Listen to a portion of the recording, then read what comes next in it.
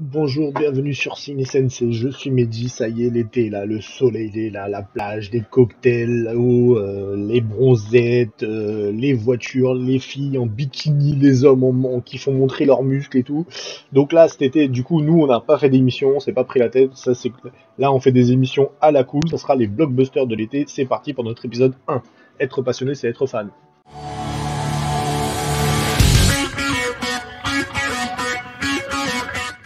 Moving on, speeding through the fast lane. They say I know magic, how my wish. Donc dans notre premier épisode des blockbusters de l'été, on va parler de Fast and Furious, la franchise, en sachant que le 9 est sorti le 14 juillet 2021, il n'y a pas très longtemps.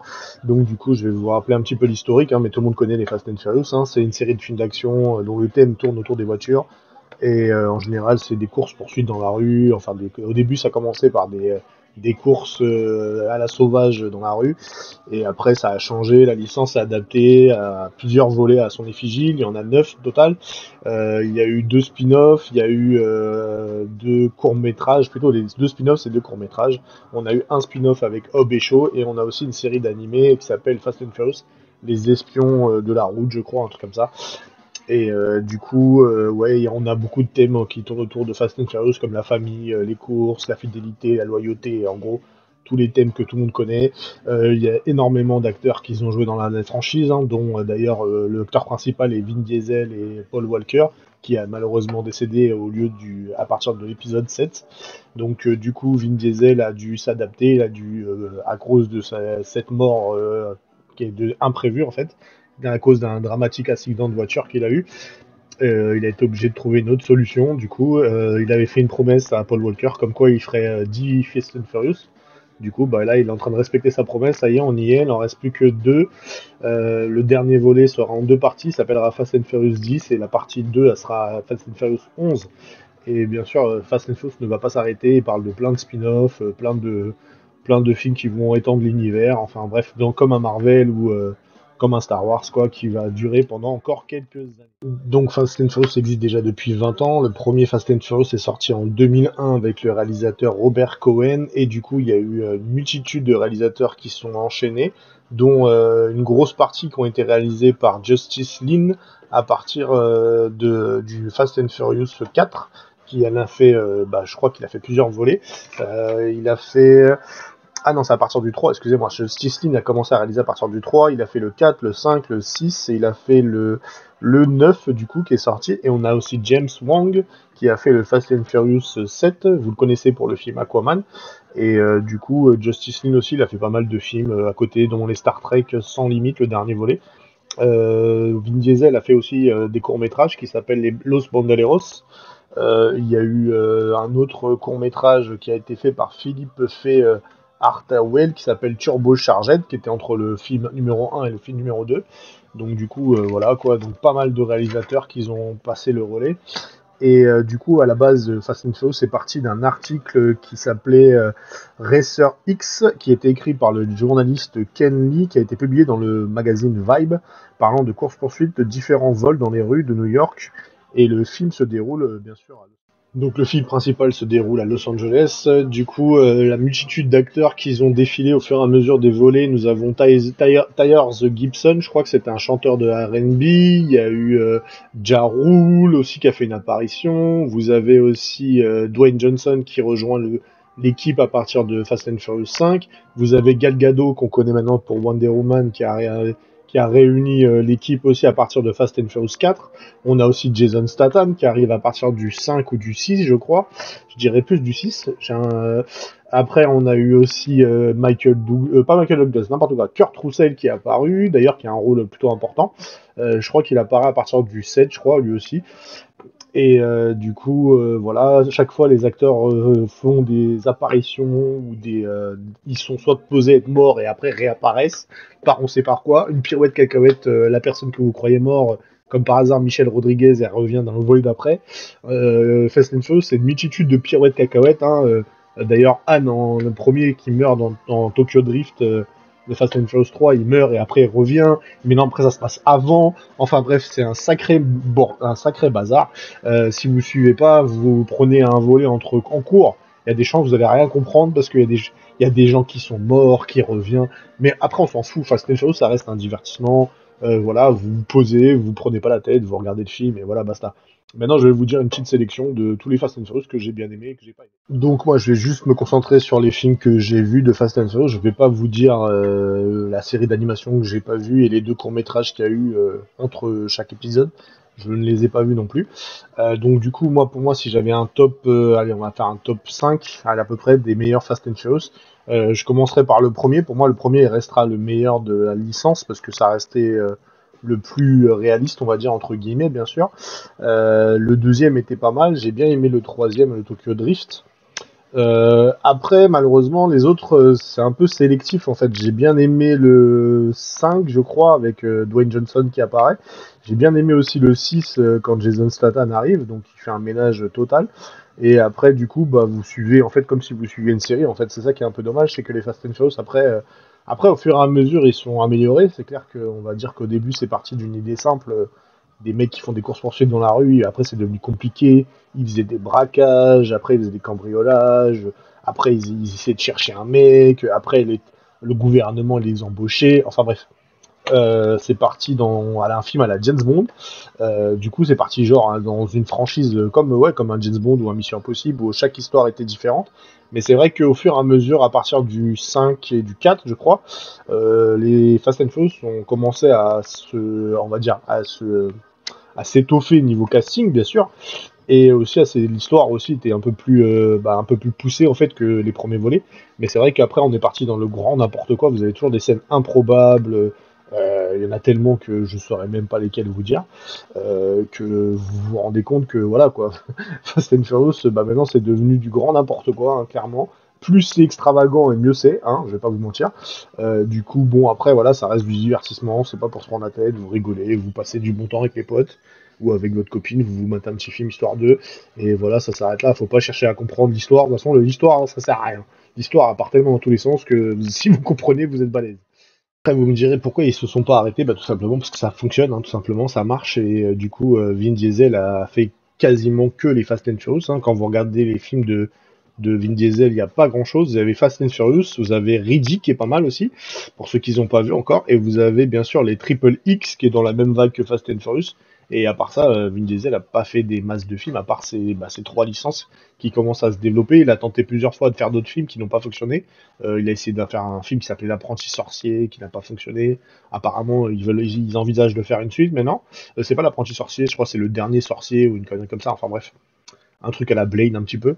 Donc voilà, Vin Diesel se prend pas la tête, il fait que des Fast and Furious et puis voilà, les licences qu'ils ont bien marché, et puis il se prend plus la tête avec tout le reste. Du coup, ils ont une idée de faire plein de spin-offs, dont un avec que des filles, et ils en ont un pour faire un spin-off que sur Dominique Toretto, le personnage principal.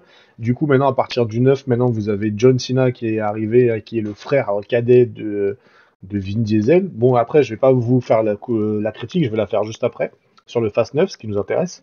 Et du coup, oui, ou pourquoi pas, après, vous vous dites que, bah, après, avec tous les personnages qu'ils ont dans Fast and Furious, ils peuvent en faire à floraison des spin-offs, ils peuvent étendre l'univers autant qu'ils veulent, quoi. Ça peut jamais se terminer, quoi. Et du coup, maintenant, il est passé producteur, Vin Diesel, dans les derniers Fast and Furious, il est passé producteur, et du coup, c'est lui qui a un peu la validation du volet ou pas qui va sortir au cinéma, quoi. Donc on va parler du dernier, du Fast and Furious 9. Du coup, on a parlé un petit peu de l'histoire, de certains films que je préfère de Fast and Furious, du casting qui est vraiment étoffé depuis quelques temps. Moi je trouve que depuis que Dwayne Johnson est arrivé au casting, hein, personnellement, je suis pas un gros fan de Dwayne Johnson, mais au début j'aimais bien. Et que John Cena, j'ai trouvé que même Jason Statham, ça a mis un peu plus d'ampleur et un peu plus de poids dans la série, dans la licence, et elle a trouvé un autre public, parce que du coup, ils avaient déjà un public ciblé, mais du coup, le fait d'avoir accueilli plein de nouveaux acteurs. D'ailleurs, maintenant, Gal Gadot, c'est devenu Wonder Woman, quoi, c'est juste ça. Donc, du coup, voilà, vous vous dites que plus, en fait, ils ont accueilli du monde, plus la licence a pris du poids, en fait. Au début, on prenait ça pour un film, voilà, qui allait s'arrêter après le premier ou le deuxième, quoi. Et du coup, non, en fait, ils ont continué, ils ont persisté, et du coup, maintenant, c'est devenu une vraie franchise avec un vrai casting, une vraie distribution, et puis ça prend des proportions de ouf, maintenant. Du coup, le 9, alors, depuis l'arrivée de John Cena avec l'histoire cadet du frère qui réapparaît comme par magie, qu'on n'a jamais entendu parler, ça c'est énorme. J'avoue, j'étais explosé de rire parce que là, vous apprenez que maintenant Dominique Doretto, il a un frère, alors que vous vous bloquez, vous dites, mais attends, c'est le 9. Même ses potes dans le film, ils font la blague, ils font la parodie, mais ils disent, mais depuis quand t'as un frère, toi ça fait je sais pas combien d'années on se connaît, tu nous as jamais dit que t'avais un frère. Et juste ça, c'est excellent parce que même eux, ils arrivent à se parodier dans le film, quoi. Ils ont réussi à faire passer la crème comme ça, normal, tu vois. Vous vous dites, mais attendez, mais depuis quand il a un ref? Et puis même en regardant les anciens volets, à aucun moment il parle d'un frère cadet, bref, qui débarque de je ne sais où, qui est devenu un agent secret, un espion, genre à la James Bond. Tu dis ok, pourquoi pas, bon vas-y, de toute façon on est dans Fast and Furious, hein, on s'en fout, vas-y, what the fuck comme on dit. Et du coup, finalement, c'est pas si mal que ça avec John Cena. Franchement, moi, je suis un fan de John Cena d'ailleurs, l'acteur et le catcheur, et j'ai trouvé ça vraiment bien. En méchant, bah, il est plutôt crédible, on va dire, parce que déjà, on l'avait vu dans Bumblebee en étant méchant, de genre un soldat qui veut tuer Bumblebee, mais déjà, il était crédible. Mais du coup, dans Fast and Furious, ça a pris plus de poids. Du coup, il a trouvé son style de personnage. Maintenant, j'ai l'impression qu'il affirme son style de personnage dans la licence Fast and Furious. De toute façon, on s'en doutait un petit peu, il a toujours été le soldat dans la WWE. Donc du coup, ouais, il assume complètement son rôle de soldat, de espion, de patriote, etc. Donc la transition se passe pas mal. Et puis du coup, en fait, Vin Diesel a été très malin. Bon, du coup, je pense qu'ils ont bradé au fur et à mesure, parce qu'à cause de la pandémie Covid, du coup, ça a été décalé, le film. La sortie aussi a été décalée. Et du coup, ce qui est drôle, c'est que bah, ils ont remonté au tout début, avant le premier Fast and Furious, qui est déjà pas mal, c'était pas mal pensé, c'était bien réfléchi. Comme quoi, sur la mort du père, la fameuse mort pendant une course de voiture, là, on apprend vraiment qu'est-ce qui s'est passé, comment ça s'est passé. Donc c'est plutôt pas mal, c'est plutôt bien réfléchi. Après, bah, vous avez un nouveau méchant qui sert à rien, clairement, vous savez pas pourquoi il est là, vous savez que c'est John Cena le méchant, mais genre il bosse avec un petit fils de Bourge qui veut devenir le boss. Et vous avez le retour de Charlize Theron, qui jouait Cypher dans le volet d'avant, qui est pas mal, qui commence à prendre de l'ampleur aussi comme personnage. D'ailleurs, il parle d'un spin-off avec elle, du coup, par la même occasion, parce que le personnage a pris de l'ampleur, du coup. Et du coup, c'est vraiment elle, la vraie méchante, on va dire, entre guillemets, du film. Du coup, l'histoire est clairement improbable, hein. Ils doivent récupérer un espèce de récepteurs bizarres pour pirater des satellites, enfin bref, un truc mais improbable à la James Bond que vous dites mais ouais, et du coup d'où le délire d'aller dans l'espace. Moi aussi je croyais que c'était une blague, j'ai dit mais non, il faut pas vraiment le faire, c'est juste une blague et tout, et si en fait finalement ils vont dans l'espace, et du coup c'est à cause de ce fameux récepteur bizarre avec la clé, enfin bref, une pirouette cacahuète qu'ils ont fait à la Fast and Furious comme ils savent faire, qu'il faut aller dans l'espace pour détruire les satellites, enfin bref. C'est du grand n'importe quoi, mais ça passe, c'est ça le pire. Ça passe.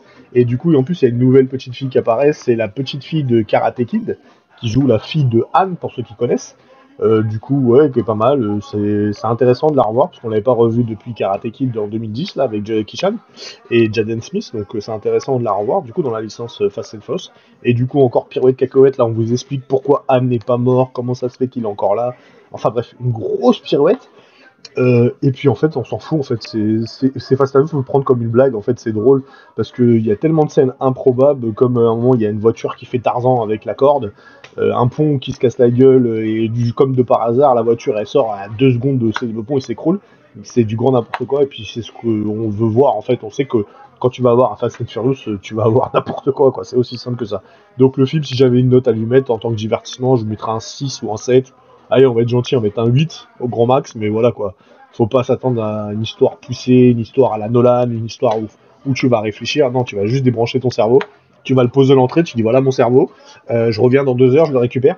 Et voilà quoi, faut pas se prendre la tête, faut le voir comme il est, et puis c'est tout quoi, faut voir comme un divertissement. Donc si on avait une conclusion à faire, bon bah voilà, c'est à vous de vous faire votre propre opinion. Moi j'avoue que, on va dire, j'ai apprécié le film, hein, on va pas se mentir. Bon, même s'il y a des scènes improbables où j'étais mort de rire, je me dis mais oui, mais ils nous prennent vraiment pour des pigeons.